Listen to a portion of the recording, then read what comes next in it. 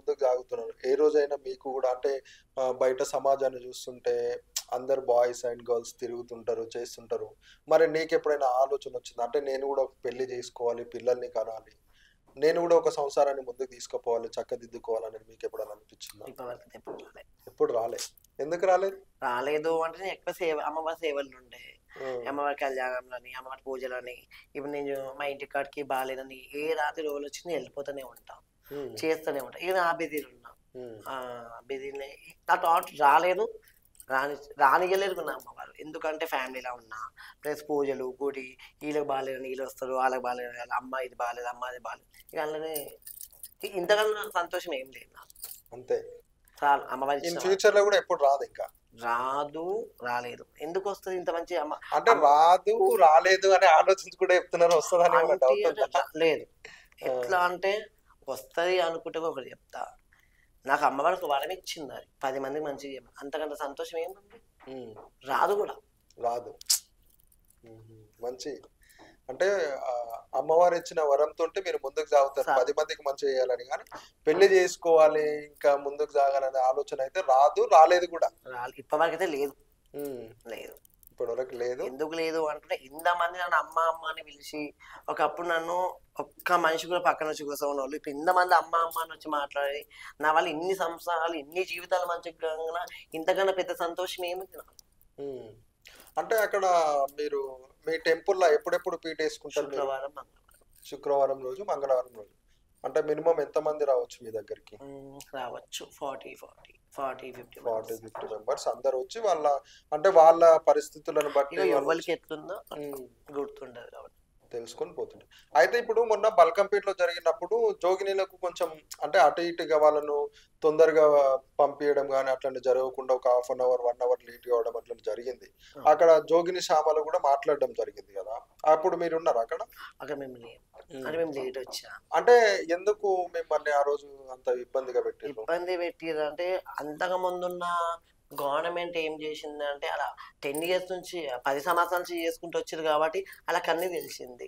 ఇలా కొత్త వచ్చింది కాబట్టి వీళ్ళకి ఏం తెలియలేదు. తెలియలేదు కాబట్టి ఒక జోగినిస్ అంటే ఏంది, శివశక్తి అంటే ఏంది, అసలు బోనాల పండగ అంటే ఏంటి ఎవరికి తెలియలేకపోయింది. కానీ రేవంత్ రెడ్డి కూడా పెద్ద రాజకీయ నాయకుడు కదా. గత 10 ఏళ్ల తెలంగాణలో కూడా ఎట్లా జరుగుతుంది, జోగినీలకు ఎంత మేలు చేస్తున్నాడు కేసీఆర్ అనేది తెలుసుకుంటాడు కదా ఆయన కూడా. ఆయనకు మినిమం అంటే ఆలోచన అనేది ఉంటది కదా. మరి అదే రోజు మీ దగ్గర అంటే తెలియకనే ప్రవర్తించింది. అది తెలియక తొందరపాటు అయిపోయింది. తొందరపాట్ల అట్లా. కానీ ఆ రోజు కొంచెం ఆ జోగిని శ్యామల గారు కూడా అందరం బాధపడ్డాం. బాధపడ్డాం. మేము 360 సేవలు చేసుకుంటా, మాకు వచ్చే సంవత్సరంలో ఒక రోజు పండుగ, ఈ నెల మొత్తం మా పండుగలు మేము సంతోషపడే పండుగలే ఇవి. మాకంట్లో మేము పాల్గొకపోతే అందులో మేము లేకపోతే బాధ అనిపిస్తుంది కదా. మొన్న సికింద్రాబాద్ లో జరిగినప్పుడు మంచిగా జరిగింది.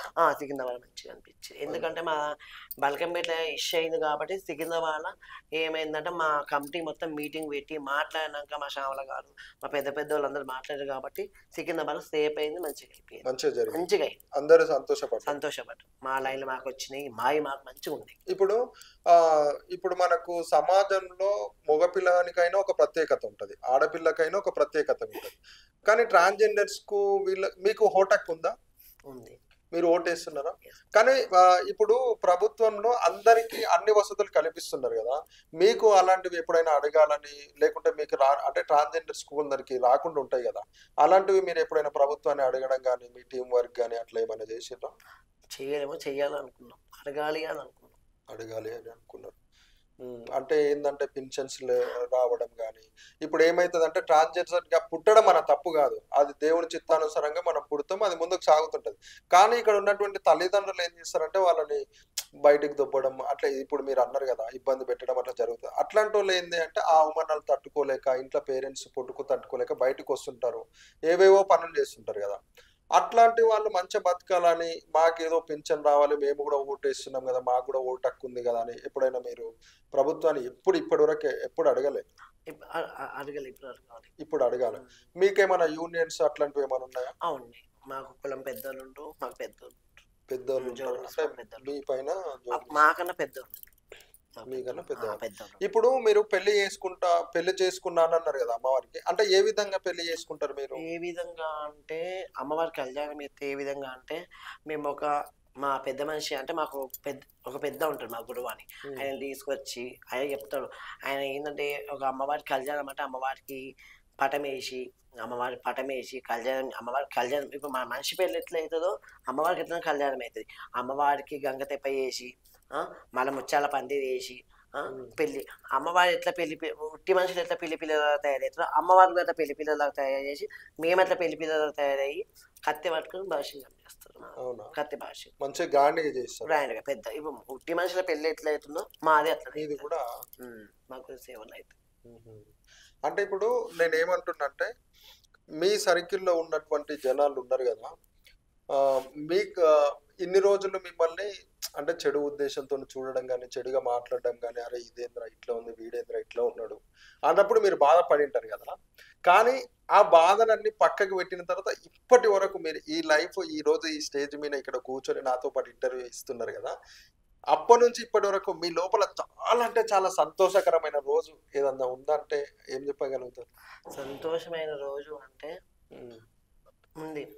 ఎట్లా అంటే రీసెంట్గా నేను సెట్ అయినా మంచిగా అనిపించింది. నా ఫ్యామిలీ సెట్ అయింది. నా ఊరోళ్ళందరూ ఒక దేవతలాగా చూస్తున్నారు. మా చుట్టాల అబ్బాయికి ఒక అబ్బాయి బాగాలేకపోతే నేను మంచిగా చేసుకున్నా. షాడో బట్టి ఇట్లా బాగాలేకుండే అంటే బాగాలేకుండే పిల్లలు బాగాలేకపోతే ఏమి మంచిగా చేసుకున్నా. ఆయన మంచిగా మా ఊరు నన్ను ఒక దేవతలాగా చూసింది. అప్పుడు ఒక సంతోషపడా నేను పుట్టినందుకు నా ఊరికి మంచి పని చేసిన, మా అమ్మాయి ఒక మంచి పేరు తెచ్చిన నాకు సంతోషపడ్డా. మంచిగా అనిపించింది. ఇప్పుడు మీ జీవితం హ్యాపీగా కొనసాగుతుంది, సంతోషంగా కొనసాగుతుంది. ఇప్పుడు ఏదైనా సందర్భం వచ్చినప్పుడు మీరు జోగినీలు అందరు కలవడం కానీ అట్లాంటివి చేస్తుంటారు? చేస్తుంటాం. అంటే ఏ సందర్భంలో? బోనాలప్పుడు, ఇట్లా ఈవెంట్లు ఉన్నప్పుడు, మళ్ళీ వేరే అమ్మవారి కళ్యాణం చేసేటప్పుడు ఖచ్చితంగా కలుస్తాం. పటం దొక్కుడు, వేరే వాళ్ళ పెళ్ళిళ్ళు ఇప్పుడు మాకెట్లయినా వేరే వాళ్ళు అందరూ చేసుకుంటారు కదా జోగిని, అట్లా కలుస్తాం మేమందరం. ఓకే. అయితే ఇప్పుడు జోగినీలుగా మారడానికి అమ్మవారి పైకి వస్తేనే మారగలిగే శక్తి ఉంటుంది, వాళ్ళకు మారగలుగుతాం. కానీ కొంతమంది దొంగలు ఏం చేస్తుంటారు, ట్రాన్స్జెండర్ గా ఉండి వాళ్ళ జీవితాన్ని అటు కాకుండా ఇటు కాకుండా మధ్యలో ఇక్కడ ఉన్నటువంటి దైవ భక్తులుగా ఎవరైతే ముందుకు సాగుతుంటారో వాళ్ళను కూడా చెడుగా చేసే వాళ్ళు ఉంటారు కదా. అలాంటి వారి కోసం మన స్టూడియో నుంచి నువ్వేమైనా మెసేజ్ చేయగలుగుతావు? ఒకటే కోరుకుంటున్నా, జోగినీస్ విలువ తీయకండి, జోగినీస్ బాధ పెట్టకండి. జోగిని అంటే ఒక అమ్మవారికి అంకితం. జోగిని అంటే ఎట్లా కాలం బతుకున్న నాలు కాటికి వేయవారికి అమ్మవారికి అంకితం. అమ్మవారి సేకరం, అమ్మవారికే జీవితం మాది. కాబట్టి ఇట్లా మధ్యలో కలిసి జోగినీస్ అనే బాధ పెట్టకండి, అమ్మవారు ఉన్న పద్ధతి అని పోగొట్టకండి. అయితే నాకు ఇప్పుడు మీరు అడిగినప్పుడు నాకు ఒకటి థాట్ వచ్చింది. అంటే కాటికి పోయే వరకు ఇట్లాంటి జీవితాన్ని ఎవరు బ్లేమ్ చేయొద్దు అని మీరు అన్నారు కదా. ఇప్పుడు సాధారణంగా జోగినీలు కానీ ట్రాన్స్జెండర్ కానీ చనిపోయినప్పుడు అంటే నాకు తెలీదు, బట్ కొందరు అంటుంటే విన్నా నేను. చాలా మటుకు నైట్ టైంలో వాళ్ళని అంటే ఇట్లా తీసుకుపోవడం కానీ అట్లా చేస్తుంటారు అంటారు. నాకు ట్రాన్స్జెండర్ అయితే నాకు తెలియదు.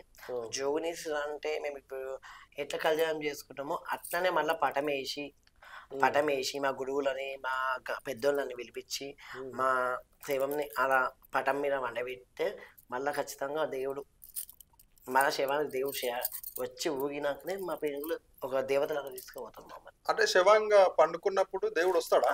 అప్పుడు ఊగుతారా? ఊగుతాడు. బాడీ షేక్ అవుతుంది. ఓన్లీ బాడీ షేక్ అయ్యి మళ్ళీ ఈ దేవుడు అనేది వంశపరంగా వేరే వాళ్ళకి ఇంట్లో ఒకరికి వస్తుంది. అవునా? అంటే పూర్తిగా చనిపోయిన తర్వాత మనిషి పడుకున్న తర్వాత వచ్చి బాడీ షేక్ అవుతుంది ఖచ్చితంగా. అవునా? షేక్ అవుతుంది. పటంలో పెట్టాలి ఒట్టి కాదు. ఒగ్గోళ్ళు వచ్చి మా ఒగ్గోళ్ళు అంటే మా ఒగ్గోళ్ళు ఉంటారు. మా ఒగ్గోళ్ళు వచ్చి పటం వేసి ఆ పటంలో అని పెట్టి దండకాలు వేస్తే అమ్మవారు వస్తుంది. పేమెంట్ వచ్చి షేక్ ఆ షేక్ అయి మనిషి పని ఇంట్లో మీదకి పోతుంది. ఎవరి మీద మళ్ళీ ముందుకు పోతుంటది. అట్లా మా ప్రాసెస్ మా పద్ధతి అయితే అట్లా ఉంటుంది. అంటే ఇప్పుడు చనిపోయినప్పుడు మామూలుగా మార్నింగ్ టైంలోనే అందరిలాగానే అందరిలాగానే ఇంకా సంతోషంగా పండగలాగా తీసుకోవచ్చు. ఒక దేవతను కూడా వినట్టు ఆటలు ఉంటాయి, పాటలు ఉంటాయి. అయితే ఇప్పుడు మా రిలేషన్ లా ఆయన కూడా మీలాగానే ఉంటాడు అనమాట. రీసెంట్గా చనిపోయిండు అనమాట. మామూలుగా మార్నింగ్ టైంలో మంచిగా గ్రాండ్గా మంచి తీసుకొని పోయిండు. అయితే నేను ఏమంటున్నా అంటే ఇప్పుడు మీ లోపల మీకు ఎప్పుడన్నా అంటే మీ ఇట్లా జోగినీళ్ళు ఉంటారు కదా, జోగినీళ్ళలో మీకు పడిరాక అరే ఇది నాకన్నా ఎక్కువ ఎదుగుతుంది దీన్ని తొక్కాలి అనే ఆలోచనలు ఎవరికైనా ఉంటాయి దాంట్లో? అంటే చాలా అంటే ఒక కామన్ గా వింటుంటాం కదా ఒక మనం, మెట్టి ఎక్కుతున్నామా అంటే వేరేళ్ళకి ఉంటది కదా. తొక్కడమే ఉంటది కదా. ఖచ్చితంగా ఉంటది కదా. అది ఎక్కడ జోగినీస్ అని కాదు, ఉట్టోళ్ళకి కూడా ఉంటది అది. ఉమ్. అది అంటే కామన్. కామన్ గా అందుట్లో ఎక్కువ వినిపిస్తుంటది అని అంటాము మేము. అట్లా ఏం లేదు కానీ ఉంటది కదా ఒక్కొక్కరికి. ఇప్పుడు నేను ఇంతసేపు మీతో ఇంటర్వ్యూ చేసిన కదా, మీకు ఎట్లా అనిపించింది? నాకు మంచిగా అనిపించింది. అంటే నేను ఏమైనా తప్పుగా మాట్లాడి మిమ్మల్ని అట్లా బాధ ఏం పెట్టినట్టు అలాంటిది అనిపించిందా? ఏం లేదు. మీకు తెలియక మీరు కనుక్కున్నారు, తెలుసుకున్నారు కాబట్టి ఇంకా సంతోషం అనిపించింది. ఇంకా సంతోషం అనిపిస్తుంది, మంచిగా అనిపిస్తుంది. మళ్ళీ ఇప్పుడు నేనేం కోరుకుంటున్నా అంటే, మా టుడే 18 న్యూస్ ఛానల్ని మీరు ఆశీర్వదించండి అంటే ఏ విధంగా ఆశీర్వదిస్తారు? ఏ విధంగా? అమ్మవారు. మా ఛానల్ ఉంది కదా, ఇంటర్వ్యూ అయిపోయింది, మా ఛానల్ని మీరు ఆశీర్వదించి వెళ్ళండి, బ్లెస్సింగ్స్ ఇచ్చి, అంటే ఫ్యూచర్లో ఎదగాలని. ఎదగాలి, మీరు ఇంకా మంచిగా కావాలి, ఇంకా ఉమ్. మంచిగా ఉండాలి, మీరు మంచిగా ఉండాలి, అందరు మంచిగా ఉండాలి అని కోరుకుంటారు కోరుకుంటాం. ఖచ్చితంగా. ఖచ్చితంగా అందరు మంచిగా ఉంటేనే కదా లోకం ఉండేది, మనం ఉండేది. అంతే. ఫైనల్గా మా టుడే 18 న్యూస్ ఛానల్ నుంచి మీరు సమాజం కోసము, అదేవిధంగా మీ జోగినీలు ఎవరైతే ఉన్నారో వాళ్ళ కోసము ఏమన్నా మెసేజ్ ఇవ్వండి అంటే ఏమి ఇవ్వగలుగుతారు మీరు? అంటే ఒక మంచి కోసం. మంచి కోసము అంటే ఒకటే చెప్తున్నా, జోగినీస్ అంటే ఒకటే చెప్తున్నా, జోగినీకి ఒక పద్ధతి అని, ఒక పద్ధతి ఒకటి, మళ్ళా ఒకటి మంచిగా ఉండాలి అని, అన్ని ఉండాలని, వాళ్ళకు ఒక గుర్తింపు ఉండాలని, రావాలని తెలంగాణ కోరుకుంటున్నాను నేను రాష్ట్రానికి. కానీ ఈ ఇంటర్వ్యూ మొత్తంలో మీ లోపల నచ్చింది నాకు ఒకటి, మీరు చెప్పగలుగుతారా ఏందో? అంటే మామూలుగా వేరే వ్యక్తులను కానీ, లేకుంటే ట్రాన్స్జెండర్స్ నార్మల్ అయినటువంటి వ్యక్తులను కానీ, ఇప్పుడు నేను మిమ్మల్ని పెళ్లి చేసుకోవాలని ఉంది అన్నప్పుడు వాళ్ళు ఏం చెప్తారంటే, చాలా మంది అంటే ఒక 90% ఆన్సర్ ఏమొస్తుంది అంటే, చేసుకుంటా, హ్యాండ్సమ్ ఉండవు కదా, చేసుకుంటామని అంటారు. కానీ మీ నోటి నుంచి అట్లా రాలే, అంటే మీ లోపల అమ్మవారి శక్తి ఎక్కువ ఉందని మేము నమ్ముతున్నాం, అంతే కదా. అంటే చాలా మంది ఏం చేస్తారంటే చెప్తారు, చేసుకుంటా అంటారు, కానీ మీరు ఎప్పుడు ఏమన్నారంటే నా ఊరు, నా కాలనీలో ఉన్నటువంటి ప్రజలు అందరు బాగుండాలని కోరుకున్నావు కదా, అదైతే నాకు బాగా నచ్చింది అనమాట. మామూలుగా ఇప్పుడు నేను ఒకటి ఫైనల్ ఒకటి అడుగుతా మిమ్మల్ని, ఒక్కటే అడుగుతా. అంటే ఫస్ట్ కూడా అడిగినా, కానీ లాస్ట్లో కూడా నేను అడగాలనుకుంటున్నా. ఇన్ ఫ్యూచర్లో మీరు ఖచ్చితంగా పెళ్లి చేసుకోరు, ఎంతసేపున్నా అమ్మవారి సేవలనే ముందుకు సాగుతారు? కన్ఫామ్ అది, కన్ఫామ్ అది. ఎందుకు అంటే నేను నా లైఫ్లో, అది ఓ లైఫ్లో సంబంధం లేదు, నా లైఫ్లో నేను 3 సార్లు చనిపోదామని చూసినా 3 సార్లు అమ్మవారి లేపింది, 3 సార్లు ఆమెనే కాపాడింది. కాబట్టి ఎల్లకాలం ఆమె సేవలనే ఉంటా, ఆమె దాంట్లో ఉంటా. మీరు ఇప్పుడు అడిగినది చెప్తా, మీరు మళ్ళీ రేపు వచ్చి ఎప్పుడు అడిగి ఇదే మాట చెప్తా, ఇట్లనే చెప్తా. ఓకే. మళ్ళీ మా స్టూడియోకి ఎప్పుడైనా ఇంటర్వ్యూకి పిలిచినప్పుడు మీరు కన్ఫామ్గా వస్తారు కదా. నాకు కూడా అంటే ఇక్కడ ఏంటంటే మీ ఇంపార్టెంట్ అయినటువంటి టైంలో అదొకటి, అది పక్కకు పెడితే ఇప్పుడు బోనాల పండుగలకు సంబరాలు జరుగుతుంటాయి కదా, ఇది ఇంకా ఎక్కువైనటువంటి విలువైనటువంటి సమయం మీకు. కానీ మేము పిలిచినప్పుడు మా కొరకు, మా స్టూడియో కొరకు ఆ విలువైన సమయాన్ని అంటే కొంచెం పక్కకు పెట్టి మా కోసం వచ్చినందుకు చాలా అంటే చాలా సంతోషంగా నాకు అనిపిస్తుంది. మీకు కూడా థ్యాంక్ యూ చెప్తున్నా. ఇది ఈరోజు చూస్తున్నారుగా ప్రజలారా, ప్రతిసారి మీ జర్నలిస్ట్ రాజన్న ఎవరినో ఒకరిని ప్రత్యేకమైనటువంటి వ్యక్తిని మీ ముందు కూర్చోబెట్టుకొని ఇంటర్వ్యూ చేయడం జరుగుతుంది.